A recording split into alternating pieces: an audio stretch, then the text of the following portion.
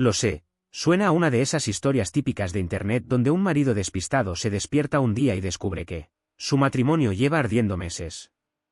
Pero, sinceramente, yo pensaba que estábamos bien. Mi mujer, Lena, siempre ha sido un poco teatral, un poco protagonista de su propia película, pero a mí me gustaba esa energía. Era capaz de iluminar una habitación, o de apagarla de golpe, según el día. Ella no trabajaba, decía que la oficina ahogaba su creatividad, mientras yo echaba jornadas larguísimas en informática. Yo pensaba, bueno, que viva su vida de espíritu libre. Solía ir de compras, quedar con amigas, apuntarse a clases de yoga, y durante una temporada mencionaba bastante a un conductor de Cabify llamado Anton. Al principio no le di importancia. Se reía diciendo que era muy gracioso, que siempre aparecía el primero cuando pedía un coche, que captaba su vibra. No pensé mal. Quiero decir, es Cabify, no eliges quién te recoge, ¿no? Pero luego empezó a ser raro. Decía cosas como, le escribo directamente a Anton, tarda menos que la aplicación. O, es casi como mi conductor personal. Incluso bromeé, pues igual le contrato yo también. Ella se limitó a sonreír con superioridad y soltar, conmigo es más profesional. Los detalles empezaron a acumularse. De pronto se arreglaba muchísimo para hacer recados. Salía durante horas y no explicaba gran cosa. Su móvil no paraba de sonar con avisos de entregas de un número desconocido. Y cuando preguntaba, ella ponía los ojos en blanco y solía soltar, ¿siempre tienes que saber dónde estoy? De verdad, qué manera de preocuparse por todo. Intenté no darle vueltas. Confiaba en ella. No quería convertirme en ese marido controlador que revisa teléfonos o localizaciones. Pero últimamente, algo no encaja. Está más seca. Más distante. A veces monta discusiones por tonterías, discusiones de verdad, gritos por los platos o por el tapón de la pasta de dientes, y acto seguido se marcha dando un portazo, como una adolescente enfadada. Y la semana pasada volvió a casa con una sudadera de hombre.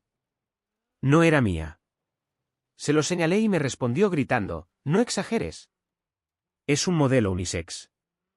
Siempre pensando lo peor. Luego la metió en la colada y no quiso hablar más del tema. Quizá todo sea inocente. Quizá no. Pero estoy empezando a ver cosas que ya no puedo ignorar. Y si mi instinto acierta, puede que esté a punto de descubrir algo que lo cambie todo. No solo sobre mi matrimonio, sino sobre lo que mi mujer ha estado realmente haciendo todo este tiempo. Después de aquel episodio con la sudadera, las cosas entre nosotros se enfriaron del todo. Lena dejó de fingir. Salía de casa cuando le daba la gana, sin decir a dónde iba, y me lanzaba esa mirada sarcástica de, ya te las apañarás antes de cerrar la puerta. Pero vamos, tonto no soy. Llevamos 6 años casados, la conozco de sobra. Sé cómo suena cuando miente, cuando pone esa voz de estoy liadísima y en realidad no lo está. Así que un viernes, cuando dijo que iba a ir de compras con unas amigas, decidí comprobarlo por mí mismo. Salí antes del trabajo, aparqué cerca de la cafetería donde solía quedar con su grupo y esperé. Pasó 1 hora. Ninguna amiga apareció. En cambio, la vi salir del local, sonriente, radiante, y caminar directamente hacia un taxi aparcado. El conductor bajó del coche. Era Anton. Se abrazaron. No fue un saludo rápido ni cordial, sino uno de esos abrazos que te dicen que entre ellos ya hay confianza, o algo más. Ella parecía feliz. Más de lo que la había visto en meses. Él le abrió la puerta del coche con gesto de galantería, como si fuera su chofer privado, y los dos se marcharon. Encendí el motor y los seguí. Me latía el corazón como si acabara de correr una maratón. Condujeron por la ciudad un buen rato, riéndose, parando en sitios con buenas vistas. Era como ver una película mala, pero sin poder apagarla. Al final aparcaron en un mirador a las afueras. Ella se inclinó hacia él, y vi lo suficiente como para entender que no necesitaba más pruebas. Me temblaban las manos. Hice una foto, no por venganza, sino porque sabía que luego lo negaría todo.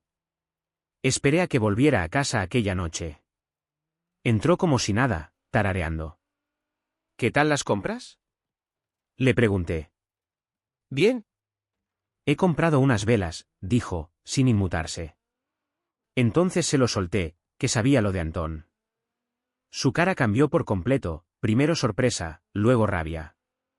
¿Me has seguido? ¿Tú estás bien de la cabeza? Estás obsesionado. Es solo un amigo. Tu desconfianza lo está estropeando todo. Gritó, lloró, lanzó reproches como si fueran cuchillos. Luego hizo la maleta de golpe, y antes de salir, gritó. Quizá debería irme si no confías en mí. Y se fue. Aquella noche me quedé solo en el sofá, con sus mentiras aún resonando en mi cabeza. A la mañana siguiente, me mandó un mensaje. Te arrepentirás de haberme tratado así. No sé a qué se refería. Pero tengo la sensación de que esto no ha terminado. Lena no volvió aquella noche. Ni la siguiente. Y, siendo sincero, una parte de mí esperaba que no regresara nunca. Me imaginaba la casa en silencio, sin gritos, sin discusiones, un paraíso. Pero 2 días después, volvió como un huracán atravesando un escaparate. Entró sin llamar, con las gafas de sol puestas dentro de casa y arrastrando una maleta. Vengo a llevarme mis cosas, soltó con tono seco. Y, por cierto, ya he hablado con un abogado. Me quedé helado. ¿Un abogado? ¿Para qué? Por maltrato psicológico, dijo cruzándose de brazos. Por controlarme, por espiarme, por destrozarme la salud mental. No pude evitar soltar una risa corta, más de incredulidad que de burla. Lena, me fuiste infiel en un taxi. Golpeó la maleta contra el suelo. Madre mía, ¿sigues con eso? ¿Tú me seguiste? Invadiste mi intimidad. Antón me ha estado ayudando a alejarme de tu comportamiento tóxico. Por lo visto, Antón ya no era solo el conductor. Ahora era su apoyo emocional. Me dijo que se había mudado con él de forma temporal, aunque aseguraba que solo estaba siendo amable.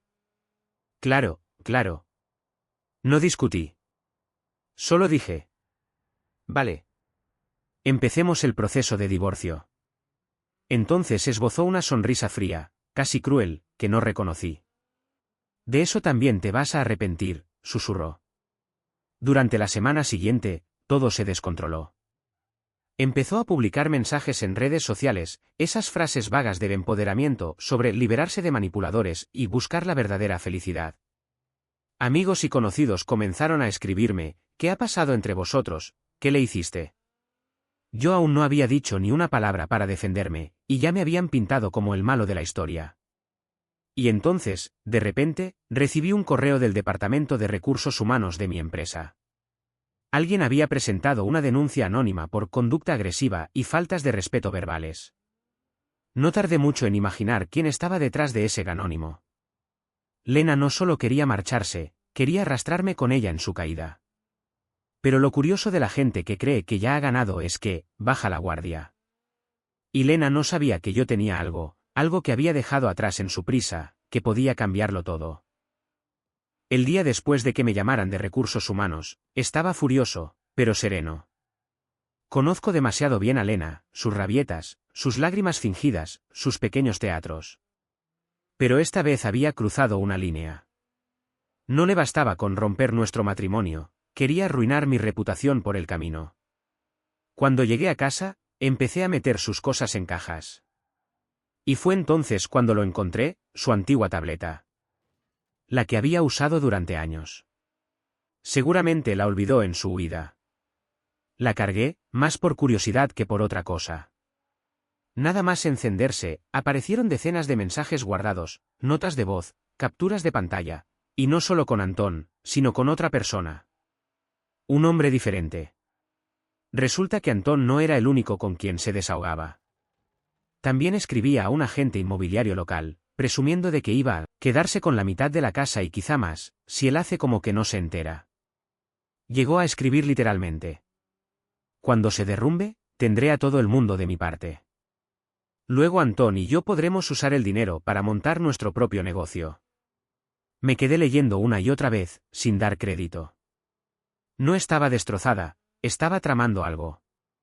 Todo, las discusiones, el drama, las lágrimas falsas, había sido un plan calculado. Copié absolutamente todo. Cada mensaje, cada captura, cada audio en el que hablaba mal de mí o planeaba cómo aprovecharse. Lo guardé por triplicado. Y entonces llamé a mi abogado. Se rió, casi incrédulo, cuando le envié los archivos. «¿Tienes pruebas de que lo planeó todo?», me dijo. «Con eso pierde cualquier derecho a pensión compensatoria. Y si ha mentido en la denuncia a tu empresa, podríamos hablar incluso de difamación». Por primera vez en semanas, sentí algo parecido a la paz. Unos días después, Lena apareció otra vez. Esta vez con voz suave, fingiendo calma. «Deberíamos hablar», dijo, con tono dulce, como si nada hubiera pasado. «Perfecto», le respondí. «Podemos hablar, con mi abogado delante». Su sonrisa desapareció al instante. «¿Qué has hecho?», me soltó. «¿Qué tienes?». «Digamos que el final de esta historia no va a salir como tú esperabas», le contesté. Se quedó pálida. «No te atreverás», susurró. «Ay, Lena», dije despacio. «Te sorprendería lo que soy capaz de hacer ahora». Y ahí fue cuando empezó el verdadero caos. La semana siguiente fue como vivir una película a cámara lenta. Lena no tenía ni idea de que yo lo sabía todo. Seguía interpretando su doble papel, víctima cuando le convenía, estratega cuando quería quedar por encima. Empezó a subir selfies con Antón, con frases tipo «por fin libre» o citas empalagosas sobre el amor propio. Pero noté algo raro, los comentarios se llenaron de mensajes furiosos. Alguien había filtrado capturas de pantalla en las que Lena hablaba mal de la exmujer de Antón y presumía de manipular a la gente por dinero. Yo no las había filtrado, todavía. Así que, ¿quién lo había hecho? 2 días después tuve la respuesta. Me escribió el propio Antón. «Hola, tío», empezaba su mensaje. «Creo que tu mujer nos ha estado mintiendo a los dos». Por lo visto, Lena le había dicho que ya estaba divorciada, que yo era un ex obsesionado, que no la dejaba en paz. Pero cuando Antón descubrió la verdad, todo se torció. Ella le había pedido que firmara con ella un préstamo para montar un negocio, y había usado mi nombre como supuesto aval anterior. Cuando el banco llamó para confirmar mi empleo, Antón se dio cuenta de que le estaban tomando el pelo. La dejó. Y lo hizo en público. Publicó una historia larguísima en la que hablaba de haber sido utilizado por alguien que ama más el drama que la verdad. Se hizo viral en su entorno, y la gente enseguida entendió a quién se refería. Los seguidores de Lena empezaron a desaparecer de la noche a la mañana. Mientras tanto, mi abogado seguía moviendo los hilos con calma. Con todas las pruebas sacadas de su tableta, teníamos motivos más que suficientes para presentar la demanda de divorcio por engaño y daño moral. No solo perdería el caso, también tendría que indemnizarme. Cuando se enteró, se vino abajo. Me llamaba sin parar, gritando 1 minuto, suplicando al siguiente. «No puedes hacerme esto». Sollozaba. «Vas a arruinarme la vida». «Eso ya te lo hiciste tú sola», le contesté. A la mañana siguiente apareció en mi trabajo. Despeinada, con los ojos hinchados, montó un numerito en el aparcamiento. Gritaba que yo la había hackeado, que era un delincuente, que iba a denunciarme públicamente. Mi jefe salió justo a tiempo para oírla acusarme de robarle sus archivos. Grave error. Recursos Humanos revisó todo, los correos, la denuncia falsa, y me exoneraron por completo. Lena no solo perdió el caso. Perdió toda la credibilidad que le quedaba. Pero entonces, cuando parecía que no podía ir a peor, surgió algo inesperado. Algo que nos dejó a los dos mirándonos, completamente en shock. Después del numerito en el aparcamiento, pensé de verdad que ya lo había visto todo. Pero la vida aún tenía reservado un último giro. Mientras mi abogado revisaba los movimientos financieros de Lena para el divorcio, me llamó y dijo: «Vas a querer ver esto». Al parecer, Lena había abierto una cuenta de ahorro conjunta hace 2 años, solo que el socio no era yo.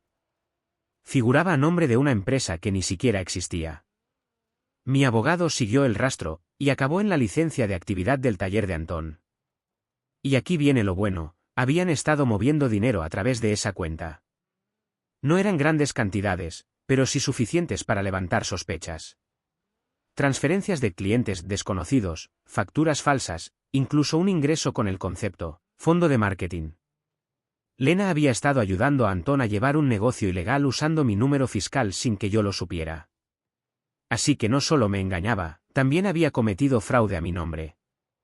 Cuando mi abogado la confrontó, intentó darle la vuelta otra vez. Yo no sabía nada. Antón se ocupaba del papeleo. Gritaba por teléfono. Siempre me culpas de todo. Exageras. Pero cuando entendió hasta dónde llegaba el asunto, se vino abajo. Suplicó que no lo denunciara. Si esto sale a la luz, pensarán que soy una criminal. Me vas a destrozar la vida. Por un segundo, casi sentí lástima. Casi. En lugar de eso, le pregunté a mi abogado qué opciones tenía. Podrías denunciarla, me dijo, o negociar. Está desesperada. Si eso evita un juicio, firmará lo que sea. Y ahí se me ocurrió la idea. Le dije a Lena que mantendría el fraude en silencio, si me cedía la casa por completo y firmaba una cláusula de no impugnación en el divorcio. Nada de pensiones, ni de dramas, ni de falsas acusaciones. Solo yo, la casa y la paz. Intentó discutir, lloró, amenazó, y al final cedió. Vale, escupió. Quédate con tu dichosa casa. Nunca me gustó, de todos modos. Pero eso ni siquiera fue lo más sorprendente. Una semana después, cuando el papeleo ya estaba firmado, recibí una llamada del abogado de Antón. Quería darme las gracias. Por lo visto, Lena también le había traicionado. Y él quería darme algo que, una vez más, cambiaría todo. Cuando me llamó el abogado de Antón, no sabía qué pensar.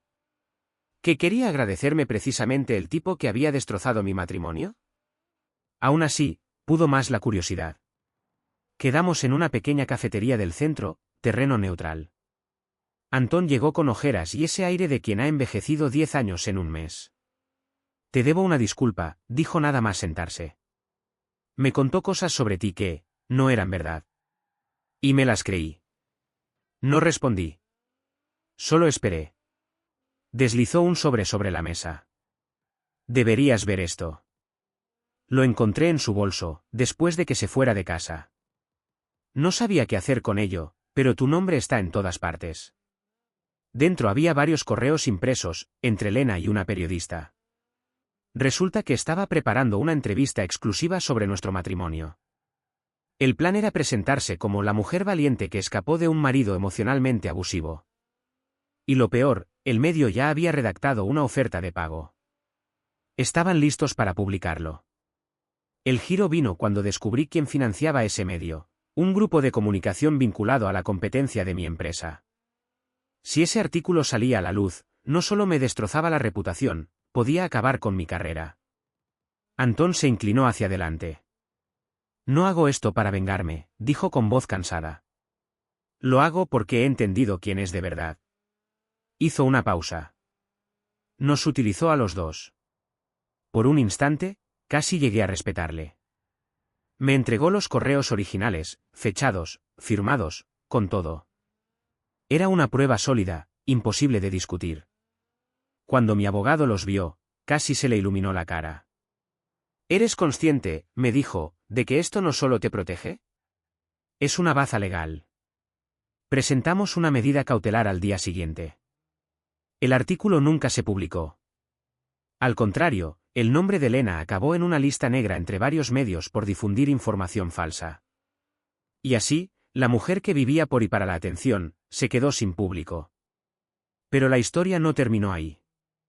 Porque, en medio de todo ese caos, mientras mi nombre quedaba limpio y sus mentiras se derrumbaban, ocurrió algo que no esperaba. Algo que convirtió aquel desastre en lo mejor que me ha pasado en la vida. Después de la medida cautelar, por fin llegó el silencio. Por primera vez en meses, no había publicaciones suyas, ni indirectas, ni quejas disfrazadas de frases motivacionales. Nada. Una tranquilidad extraña, hasta que recibí una carta de un despacho de abogados local. Pensé que sería otra de sus jugadas, alguna nueva forma de complicarme la vida. Pero cuando abrí el sobre, me quedé helado. No era de ella. Era del tío de Antón. Resulta que Antón le había pasado mi contacto. Su tío tenía una empresa de transporte de tamaño medio y había oído hablar de cómo había manejado todo el asunto, con calma, sin escándalos, sin montar escenas en público. Necesitamos a alguien así para dirigir nuestro nuevo proyecto de logística, decía la carta. Por curiosidad, acepté reunirme con él. Lo que empezó como una charla cordial acabó en una oferta de trabajo completa, mejor sueldo, mejores horarios, y total control de la gestión. Me quedé sin palabras. Aquel desastre matrimonial había abierto una puerta que ni siquiera sabía que existía. Cuando acepté, Antón me escribió por última vez. Supongo que los dos acabamos perdiendo la cabeza por ella, pero al final, sin querer, nos arregló la vida. Curioso cómo funciona el destino. Mientras tanto, el mundo de Elena se vino abajo. Se rumoreaba que había intentado demandar a la periodista por daño emocional, pero la contrademandaron por difamación. Tuvo que pagar unas costas judiciales que no podía permitirse. Y el boca a boca hizo el resto, nadie quiso volver a contratarla para nada relacionado con comunicación o marketing. Unas semanas después me mudé oficialmente solo a la casa. Mi abogado lo llamó una victoria poética. Yo simplemente lo llamé paz. Y el giro final llegó un mes después. La empresa de transporte anunció una fusión internacional y como parte del acuerdo, me ofrecieron un 5% de participación como incentivo de incorporación. Solo en acciones, valía más que toda mi casa. Así que sí, mi exmujer se fugó con un taxista, y yo acabé copropietario de una empresa logística. La vida tiene un sentido del humor bastante peculiar. Aunque la historia aún no había terminado. Porque el último mensaje que Elena me envió fue, con diferencia, lo más divertido que he leído en toda mi vida. Cuando se firmó definitivamente la fusión, yo ya había pasado página. Nuevo trabajo, nueva calma, nueva forma de ver las cosas. Mi abogado bromeaba diciendo que mi vida había dado un giro de 180 grados.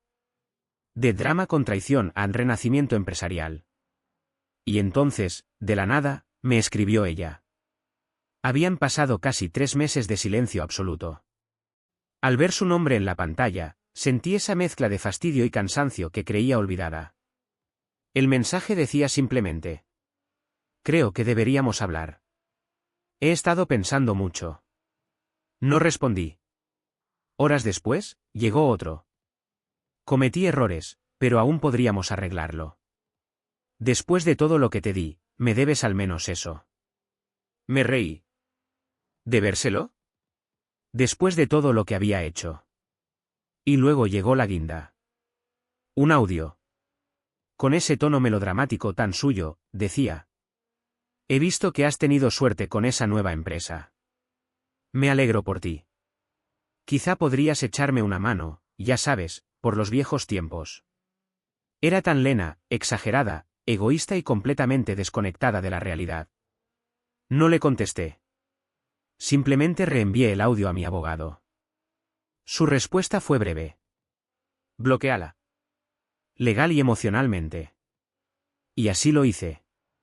Número, correo, redes, todo. Fue como borrar un virus de mi vida. Una semana después, Antón me volvió a escribir.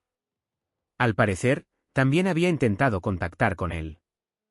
El mismo discurso, el mismo tono, el mismo quizá podríamos hablar. Él añadió: hay que reconocerle algo, la constancia. Nos reímos los dos. Curioso cómo las dos personas a las que intentó destrozar acabamos con vidas mejores que antes de conocerla. Pensé que ahí terminaba todo. Hasta que un día encontré un sobre en el buzón. Escrito a mano. Sin remitente. Dentro, una sola línea, con su letra. Volverás a verme pronto. Puse los ojos en blanco, convencido de que era otro de sus numeritos. Pero 2 semanas después, volví a ver su nombre. Y esta vez no era un mensaje. Era un anuncio público que dejó a todo el mundo con la boca abierta.